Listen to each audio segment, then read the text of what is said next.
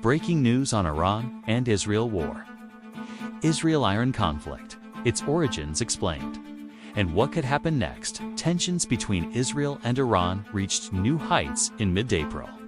The two arch-enemies exchanged blows, pushing the already volatile region closer to a broader conflict. The killing of a senior Iranian officer in Damascus on the 1st of April led to a massive Iranian airborne attack on Israel 12 days later, culminating on the 19th of April with an Israeli strike on an Iranian military facility. Historical animosity.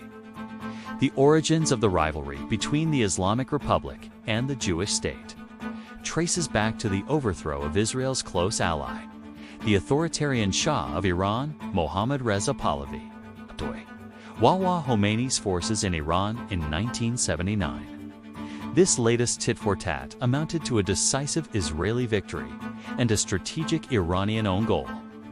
However, this is not the final exchange between the two sides, and escalation could step up yet another notch in the near future. Faced with an intense eight-tier war with Iraq, the new Shiite theocracy regime was ensuring its survival against external threats. In 1987, it initiated a secret project to produce nuclear weapons as a strategic insurance policy against attempts to topple the regime. Driven by the ideology of exporting the revolution, Iranian agents serving in the Islamic Revolutionary Guard Corps (Quds) force meticulously cultivated armed factions across the Middle East. Hezbollah in Lebanon, Shiite militias in Iraq and Syria, and the Houthi rebels in Yemen became Iran's terror proxies, forming a ring of fire around Israel and Saudi Arabia. In response to Iranian threats to destroy the Zionist entity and state-sanctioned Holocaust denial, Israel launched a covert campaign against Tehran and its proxies. This campaign included sabotage and attacks on nuclear and military facilities within Iran, assassinations of atomic scientists and military officials on Iranian soil, and more.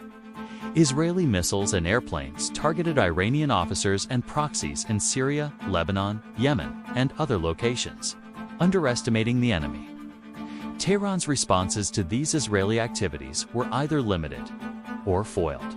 In Israel, the security apparatus began to believe the Iranians would not escalate beyond confined responses to attacks on their people and assets. However, this perception that the enemy is deterred from major escalation can lead to a dangerous underestimation of the other side's intentions and capabilities. This miscalculation led to the 7th